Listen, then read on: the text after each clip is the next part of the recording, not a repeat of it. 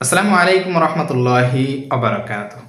প্রিয় দিনী ভাই বোনেরা, আজকে আমরা খুবই গুরুত্বপূর্ণ একটি আলোচনা করব। সেটা হচ্ছে বাড়ি বন্ধ দেওয়ার ব্যাপারে। যেহেতু আমাদের কাছে অনেক অভিযোগ আসে এমন বাড়ি বন্ধের ব্যাপারে, যে হুজুর আমরা অমক কবিরাজ দিয়ে বাড়ি বন্ধ করেছি, তারপরেও দেখা যায় আমাদের বাড়ির চালের উপরে ঢিল মারে, আমাদের ঘরের ভিতরে দেখা যায় জিন্নাতের আক্রমণ হয়েই থাকে, ঘরের ভিতরে মানুষ অসুস্থতা লেগেই থাকে। তো এই জন্য আমরা বলবো যে আপনারা যারা কবিরাজ বা এই ধরনের মানুষের কাছে আপনারা যে তান্ত্রিক কবিরাজ দিয়ে বাড়ি বন্ধ করেন, স্বাভাবিকভাবেই তারা কোরআন সুন্নাহর কোনো ধরনের কোনো সাহায্য নেয় না, কুফরি কালামের মাধ্যমে অথবা কোনো পেরেক টেরেক শুধু গেড়েই সীমাবদ্ধ করে। কিন্তু আপনার এখানে যা কিছুই করুক না কেন, কোরআনের সংস্পর্শ থাকবে। আমরা যখন কোনো বাড়ি বন্ধ দিতে যাই, তখন আগে পরিবারের সদস্যদের এক জায়গা বসাই, বসানোর পরে আগে চেক করি যে পরিবারের সদস্যদের ভিতরে কেউ জিন বা জাদুতে আক্রান্ত আছে কিনা। আমাদের প্রথম কাজই হচ্ছে আগে পরিবারকে সুস্থ করা, এরপরে বাড়ি বন্ধ দেওয়া।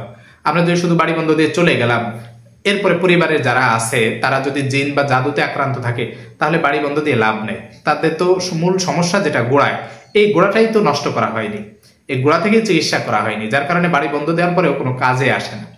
এই কারণে আমাদের পদ্ধতিটা হচ্ছে আমরা রোগীকে আগে বসাই, আমাদের যে কোরআন অনুযায়ী, কোরআন দিয়ে আমরা যেভাবে ডায়াগনোসিস করি, রোগ নির্ণয় করি, বের করি আসলে এই রোগীর কি সমস্যা, জিন্নাতের জাদুর না বদনজরে বা মানুষের কোনো ক্ষতি আছে কিনা, মানুষ কত প্রকার জাদু করেছে, কোন প্রকারের জাদু এর উপর আছে, বের করে এরপরে ওদেরকে চিকিৎসা দিয়ে ওই সামনে বসিয়ে জাদু কেটে বা জিন থাকলে জিনকে বন্দি করে এরপরে মূলত আমরা বাড়িটা বন্ধ দিই। বাড়ি বন্ধ দেওয়ার অনেকগুলো পদ্ধতি আছে। আমাদের বাড়ি চারপাশে মাপ দিতে হয়, কোথায় কিভাবে কি পেরেক গাড়তে হয়, কোরআনের কিছু এমন কিছু শক্তিশালী আয়াত আছে যেটা জিন বা জাদুগুলো বাড়ির ভিতরে প্রবেশ করলে যাতে নষ্ট হয়ে যায় এবং প্রতিবন্ধকতা সৃষ্টি করে, সেইভাবে একটা চারদিক দিয়ে বেষ্টনী দেওয়া হয়। এবং ঘরের ভিতরে বসে কোরআনের কিছু সূরা আছে খুব শক্তিশালী। প্রথম সূরাটাই হচ্ছে সূরা বাকারা। এরপরে আরো কিছু সূরা আছে যেগুলো আমি এখানে বলবো না, কারণ আপনারা যে সমস্ত তান্ত্রিক বা কবিরাজের কাছে যান, এদের কাছে এরা হচ্ছে ভিডিওটা দেখে হয়তো আপনাকে বলবে যে আমরা এইভাবে বাড়ি বন্ধ দিই, কিন্তু মূলত এরা এইভাবে বন্ধ দেয় না, পারেও না। যার কারণে এই পদ্ধতিটা হয়তো আপনাকে ধোঁকা দেওয়ার জন্য বলবে।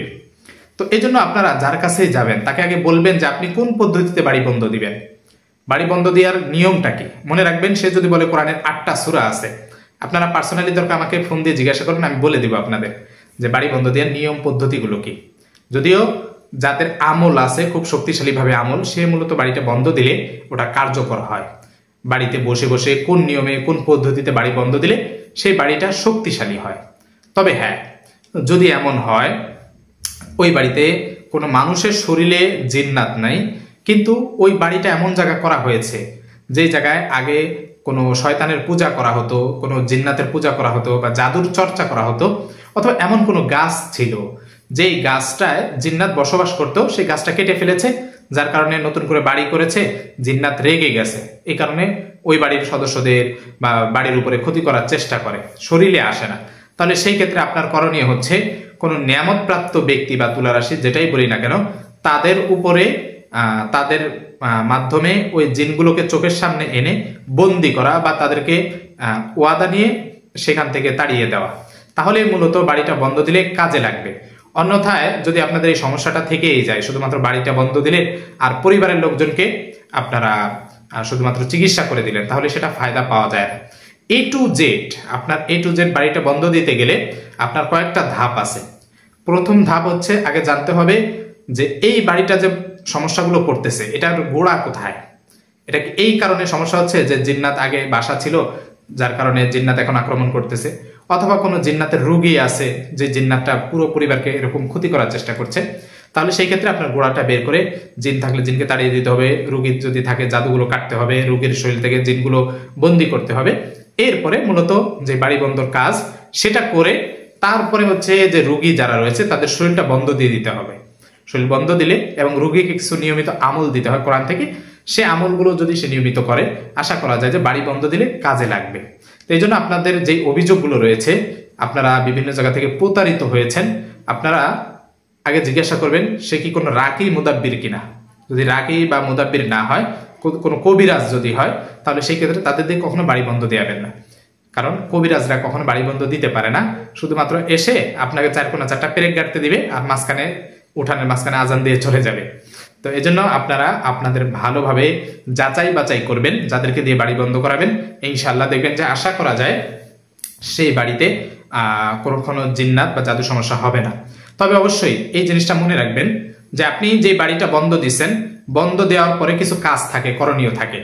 যে কাজটা যদি আপনি ভুলে যান বা ওই কাজগুলো যদি আপনি করেন, তাহলে সেই ক্ষেত্রে কিন্তু বাড়ি বন্ধ দিলেও সেটা নষ্ট হয়ে যায়।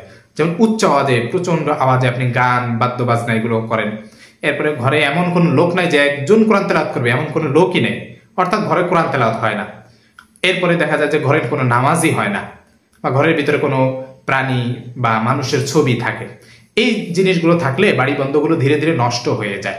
কারণ কি, এগুলো যখন হয় তখন ঘরের ভিতরে যেই রহমতের যে ফেরেস্তাগুলো ছিল, সেই ফেরেস্তাগুলো বের হয়ে যায়, চলে যায়।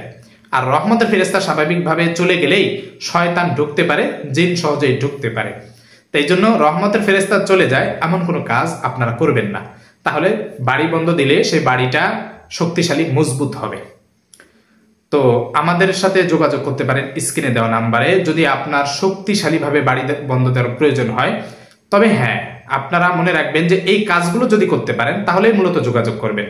যে বাড়ি বন্ধ দিলে এর পরবর্তীতে যে কাজগুলো আছে মেনে চলতে হবে, নামাজ কালাম ঠিক রাখতে হবে, কোরআন তেলাওয়াত ঠিক রাখতে হবে, ঘরের ভিতরে উচ্চ আওয়াজে গান বাজনা চালানো যাবে না, এরপরে কোনো প্রাণীর ছবি রাখা যাবে না, তাহলেই আমাদের সাথে যোগাযোগ করতে পারেন। অন্যথায় আমরা বাড়ি বন্ধ দিয়ে আসলাম, আপনারা এই কাজ চলমান রাখলেন, তাহলে বাড়ি বন্ধ নষ্ট হয়ে গেলে তখন দেখা যায় অভিযোগের তীর আমাদের উপরেও আসতে পারে। এজন্য এগুলো মেনে যদি আমল করতে পারেন আমাদের সাথে যোগাযোগ করবেন, ইনশাআল্লাহ আমরা যে বাড়ি বন্ধ দিয়ে আসবো। আশা করা যায় যে এগুলো ঠিক থাকলে কোনো জিন্নাত, কোনো শয়তান বা মানুষের পাঠানো কোনো চালান জিন বা জাদু আপনার কোনো ক্ষতি করতে পারবে না। ইনশাআল্লাহ আমরা সেভাবেই কোরআন দিয়ে বাড়ি বন্ধ দিয়ে আসবো। প্রিয় দিনী ভাই এবং বোনেরা, অনুরোধ করছি আমাদের চ্যানেলটি সাবস্ক্রাইব করবেন। পাশাপাশি নিয়মিত যে ভিডিওগুলো অনেকেই দেখেন, ভালো লাগে। আমরা যখন সফরে যাই, রুগী দেখে আসি, আমরা সিলেট, চট্টগ্রাম, ঢাকা যখন বাসায় যে রুগী দেখে আসি, তারা বলে যে হুজুর নিয়মিত আপনার ভিডিওগুলো দেখি, এখান থেকে দেখে অনেক কিছু শিখতে পারি, জানতে পারি এবং আমল করে যাই। ইনশাআল্লাহ আপনারা নিয়মিত এইভাবে দেখেন, আমল করেন, দেখবেন যে অনেকাংশে জাদুটোনা থেকে আপনারা আল্লাহ তাআলা হেফাজত করবেন এবং নিজেরা নিরাপত্তা যে বেষ্টনী রয়েছে, এই নিরাপত্তা বেষ্টনীর ভিতরে থাকতে পারবেন। তাই জন্য আমল করে যাবেন, এই আমলের বিকল্প নাই। প্রতিদিন ফজর মাগরিবের পরে ঘুমের সময় 3 কুল সূরা ইখলাস, ফালাক, নাস, আয়াতুল কুরসি 3 বার করে পড়বেন। 2টা দোয়া আছে, বিসমিল্লাহিল্লাযী লা ইয়াদুররু মা ইসমিহি শাইউন ফিল আরদি ওয়ালা ফিস সামাই ওয়া হুয়াস সামিউল আলিম, আউযু বিকালিমাতিল্লাহিত তাম্মা মিন কুল্লি শাইতানি ওয়া হাম্মা ওয়া মিন কুল্লি আইনিল লাম্মা। এই যে 2টা দোয়া, এই 2টা দোয়া 3 বার করে পড়বেন। এগুলো পড়ে 3 বার করে হাতে ফু দিয়ে শরীরটা মাসে করবেন। এইভাবে মাসে করলেও শরীরটা বন্ধ হয়ে যায়। তো এইভাবে নিয়মিত আমল করবেন, দেখবেন যে জিন জাদুটোনা থেকে হেফাজতে থাকতে পারবেন ইনশাআল্লাহ। আল্লাহ তাআলা আমাদেরকে শয়তান হোক, মানুষের ক্ষতি হোক বা যত জিন্নাত হোক, জিন্নাতের ক্ষতি হোক, সবকিছু থেকে হেফাজত করুন। আমিন ওয়া আখির দাওয়ানা আলহামদুলিল্লাহি রাব্বিল আলামিন। আসসালামু আলাইকুম ওয়া রাহমাতুল্লাহি ওয়া বারাকাতুহু।